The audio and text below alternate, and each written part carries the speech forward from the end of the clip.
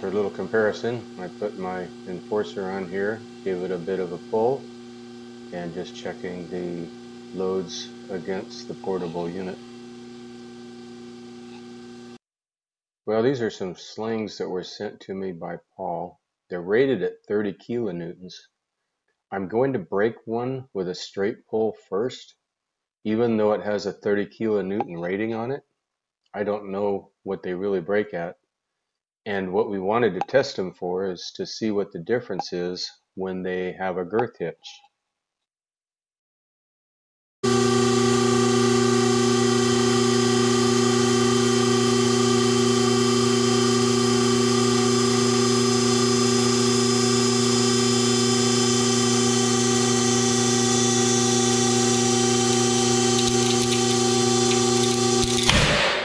You can see that it was the stitches that let go, but what was interesting was that when that strap whipped around the pin, it took and cut right through the cushion I had below. 8,847 pounds.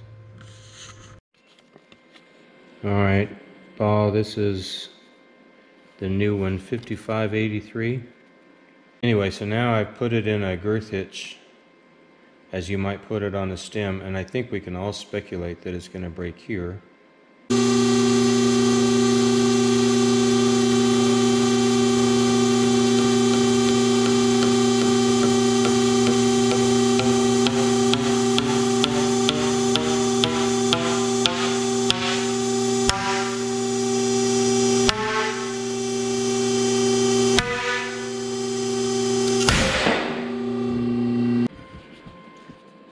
You can see where the other strap was across it.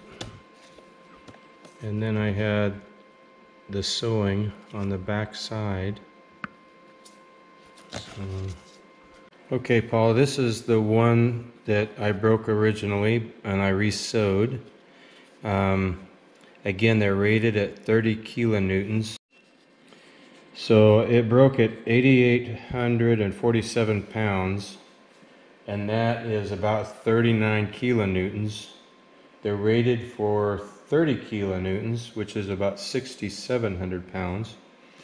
And if I'm going to girth something, I'm going to put the sewn eye on the back side, because again, this is where we're getting the break, I'm sure, and I've marked this one just to verify that. Also, this is going to seek the center, but you might start, depending on whether you want your cinch to be on a spar or whether you're looking for the most strength. I'm going to start this one all the way around the back side so that you get the friction from all of this before it starts to pull, but I think it's going to pull itself, the force is going to pull itself to the center anyway, but you might as well start there. But again, if you're trying to get a maximum cinch, if you're doing an anchor or anything else on a spar, then you'd want to start it around the back side a little bit, but it's going to be weaker that way. So we'll do one all the way on this side and then maybe the next one, but again, it's going to rotate my sample piece probably more than it might if it was stationary in a tree, although these are pretty solid on the straps. Minor difference. Anyway, let's pull this one and see where we go.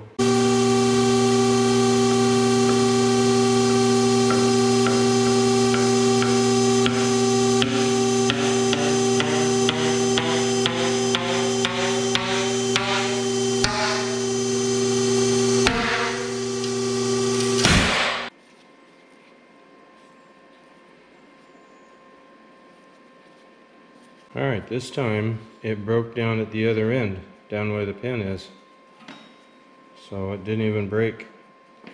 It didn't even break where we had the girth across there.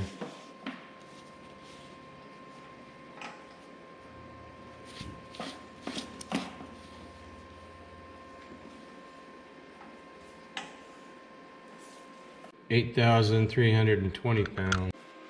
All right, Paul, this is sling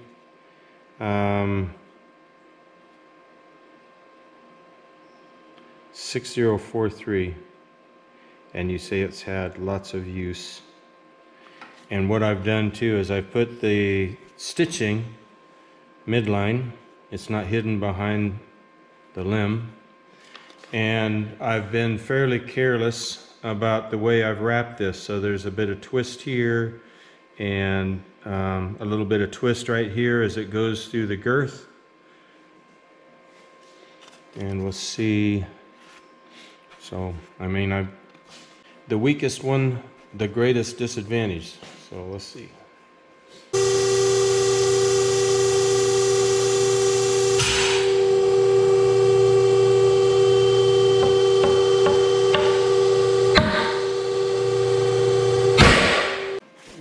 Alright, so that one didn't break. There's where the pin was holding it down at this end.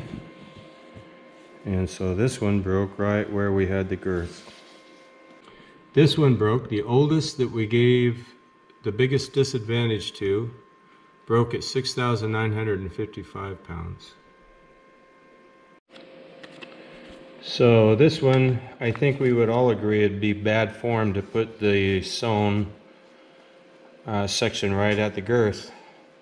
But we're going to do that, and this is 12937, made in 2017 with medium usage.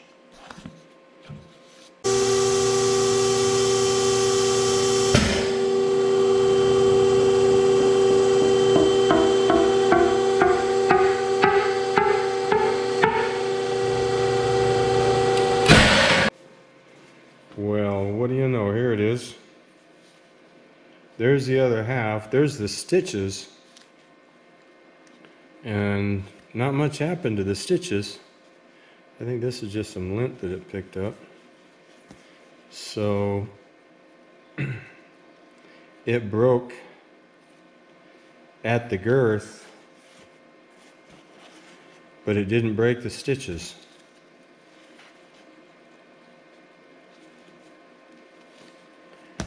There's the peak at 8,576 pounds.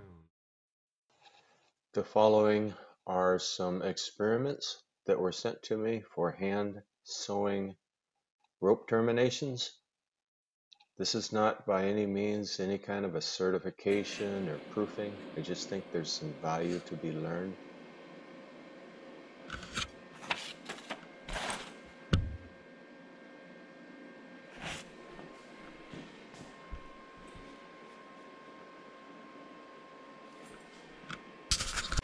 And that's what broke.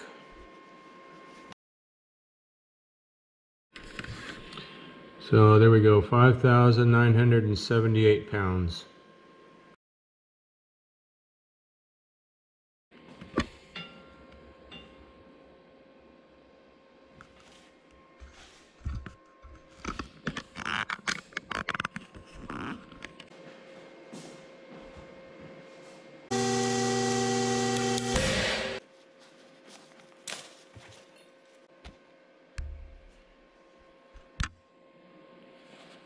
£6,720. Go ahead and pause the video if you'd like to take a look at this information sheet on the following sewn terminating.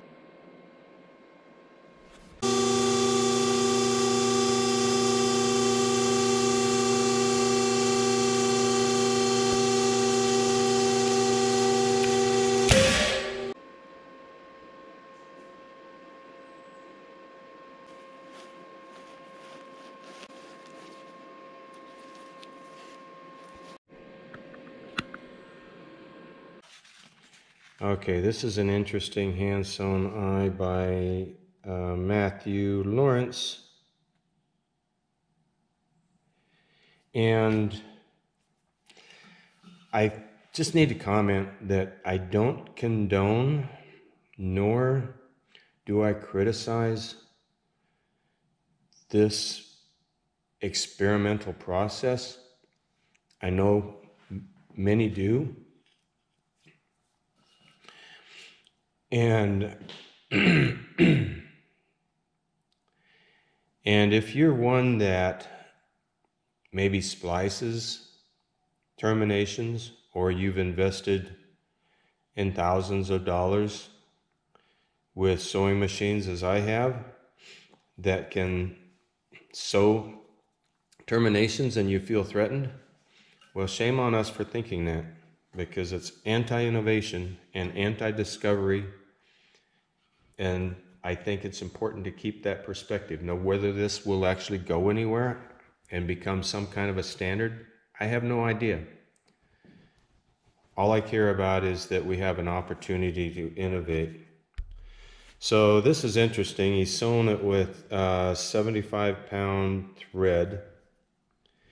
And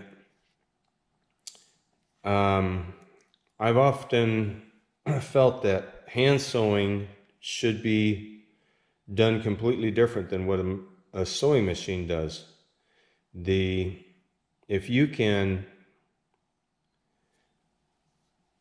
take that irregularity that comes from hand sewing and make that a positive benefit, and I think that could be an advantage. If you try to duplicate by hand what the sewing machine does, I think that's just going to be a fail. Just different. So if you can get some consistency in the inconsistency or the irregularity and duplicate the results, then there's probably going to be something there. What he's done here, it looks like, and we'll break this, but you can see where he's sewed a loop type of a stitch, but rather than going all the way through the core, he's basically loop stitched the cover and probably captured some of the core on both sides. So these don't go all the way through. I think there's some benefit in not doing, like I said, a lock stitch. If you're doing a regular, just a loop stitch, just like you've taken two threads and tied a knot at the end and you pull it through things. It's a simple hand stitch method. You can get some pretty good strength. Of course, I'm taxed with the problem of when somebody sends me one of these and it's got just an end on it. If I put it on a drum and capture one end, it tends to strip the cover from the core. Even if I put wax paper on the drum and stuff, just from that friction right there on a double braid. So I have developed a sewn eye that probably most of the time, almost all of the time, it'll win. So we'll see how it does compared to this. But he's thinking that with 75 pounds and he's done 100 passes, and each pass, one loop is four passes. So if he's done this 25 stitches,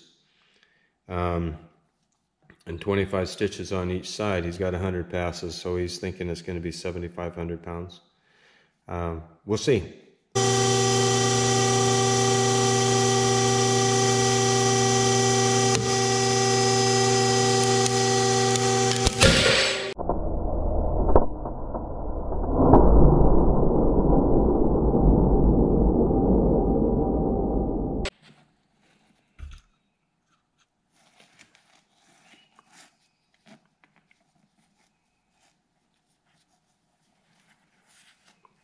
So all the stitching broke. Looks like I won again. 6,422 pounds.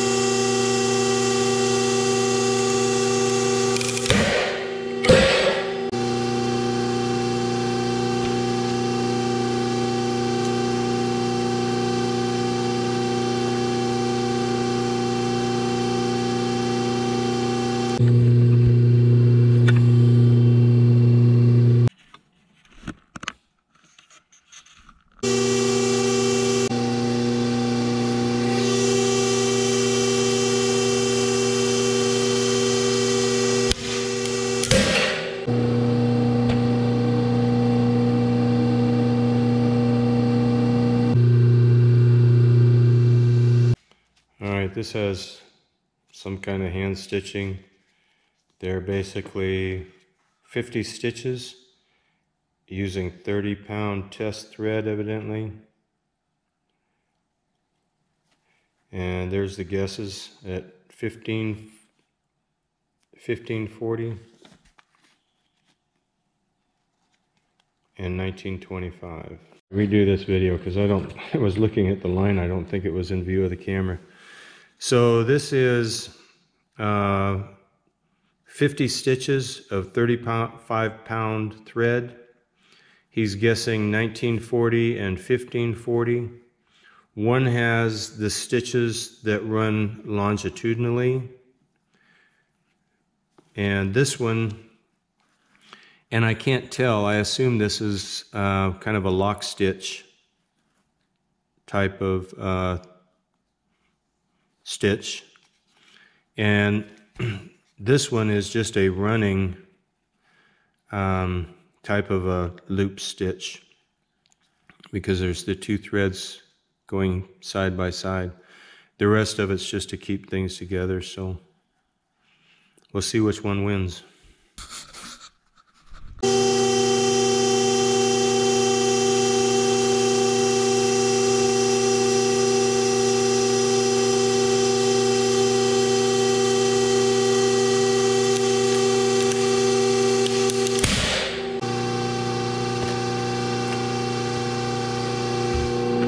Well, almost 4,000 pounds, 3,963.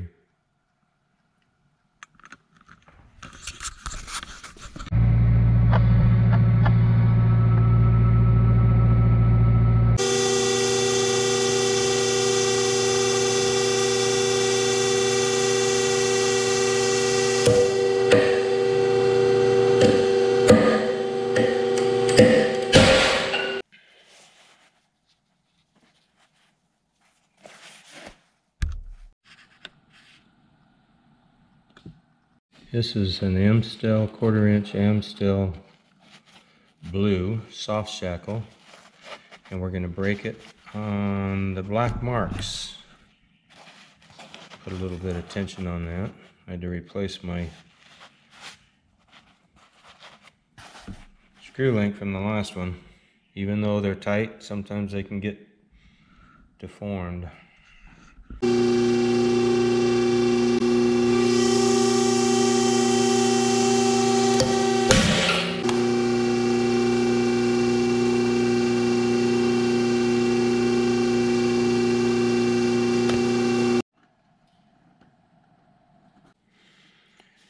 Alright, this is some shackles, swivel shackles.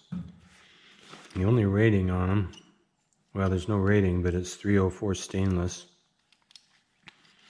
You can verify the stainless with a magnet that does very little.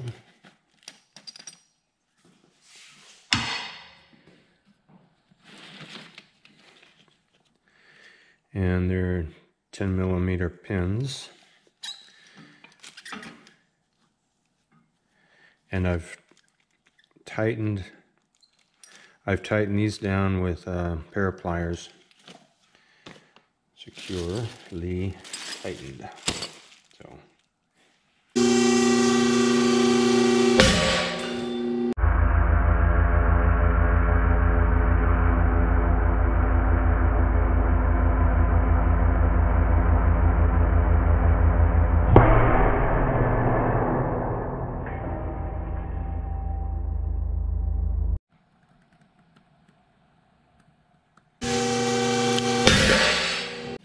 9,057 pounds, and they all break right here where it tears the nut off.